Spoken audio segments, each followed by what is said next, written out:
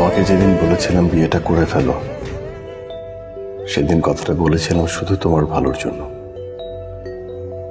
কিন্তু তুমি এখন এতই ভালো আছো যে আমি সেটা মানতে পারছি না। আচ্ছা, মানতে পারাটা স্বাভাবিক নাকি মানতে না পারাটা স্বাভাবিক?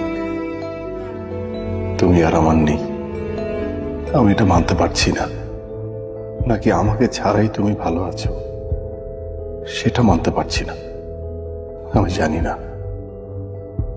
তোমার বিয়ের আগের দিনও আমি ঠিক ছিলাম, কিন্তু কবুল বলার কিছুক্ষণ আগে this is the end of our story লিখে পাঠানো তোমার শেষ মেসেজ আমার সবকিছু এলোমেলো করে দিল। আমি হারিয়ে ফেললাম তোমাকে। মনে হলো দুই বেলা দুমুঠো ভাত খেয়ে এক রুমের এক ঘরে জীবন কাটিয়ে দেয়া এই কষ্টের কাছে কিছুই না।